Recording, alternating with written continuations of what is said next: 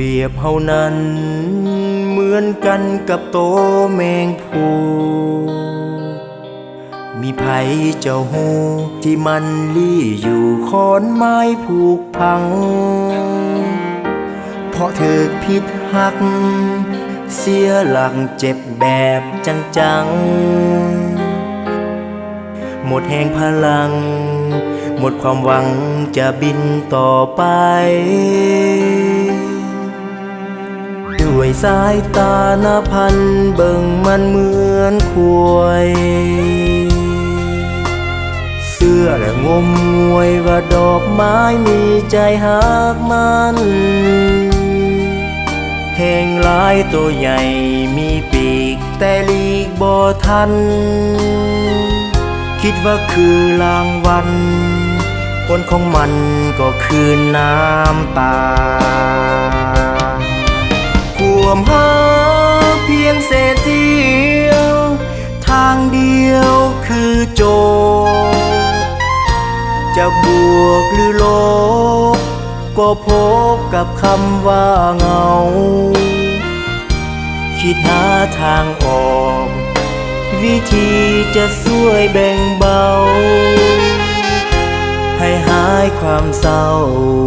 เหมือนเงาที่คอยติดตามผ้าห่อควันไฟปิดไว้ก็คงบ่นานยอมเจ็บเก็บเอาเท่าทาน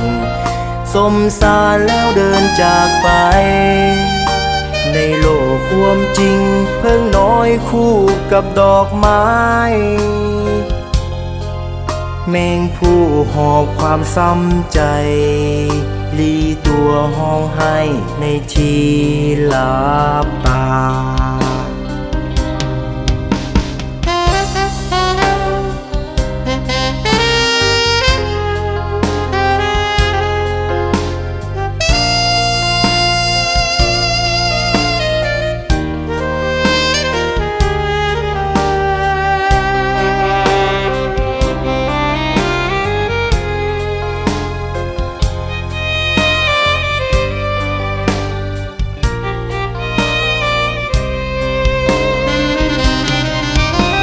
ความหา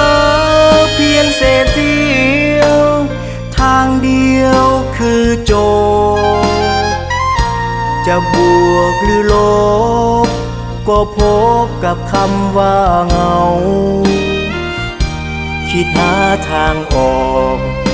วิธีจะช่วยแบ่งเบาให้หายความเศร้าเหมือนเงาที่คอยติดตามผ้าห่อควันไฟปิดไว้ก็คงบ่นานยอมเจ็บเก็บเอาเท่าทาน